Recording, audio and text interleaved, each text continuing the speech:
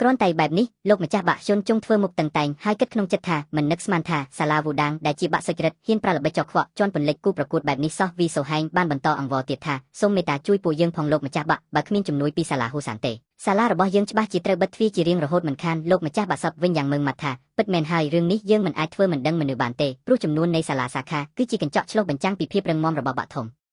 ដើម្បីស្ដារកិត្តិយសរបស់ហ៊ូសានឡើងវិញយើងត្រូវតែចាប់ផ្ដើមពីការការពារសាខារបស់ខ្លួនជាមុនសិនបើសិនជាយើងបោះបង់ពួកគេចោលនៅពេលនេះសិស្សទាំងអស់នឹងអស់ជំនឿចិត្តលើហ៊ូសានមុនពេលដែលពួកគេមានគំនិតចង់បង្កើតសាខាផ្ទាល់ខ្លួនទៅទៀតប៉ុន្តែដំណោះស្រាយដែលលោកឪពុករបស់ឯងចង់បានគឺឯងចង់នាំឆុងមយ៉ុងទៅជាមួយឯងមែនទេវីសូហែងឆ្លើយទាំងជឿជាក់ថាបាទលោកឪពុកបានផ្ដាំមកច្បាស់ណាស់ថាពួកយើងត្រូវការឆុងមយ៉ុង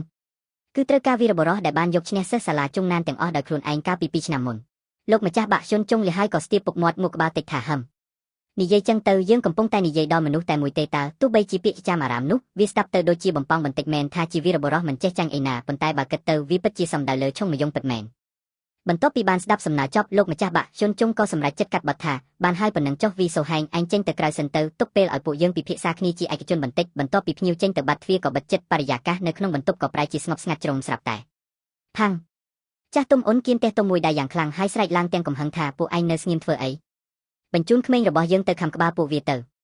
ពួកវាហ៊ានមកជន់ទឹកដីរបស់យើងផងអីពួកសិស្សរបស់យើងមិនមែនជាឆ្កែទេណាប៉ុន្តែបន្ទាប់ពីបញ្ចេញកំហឹងហើយគាត់ក៏បដូរទឹកមុខមកជាមើងម៉ាត់វិញហើយនិយាយថាប៉ុន្តែលោកម្ចាស់បាក់ខ្ញុំបារម្ភថារឿងនេះមិនងាយស្រួលទេ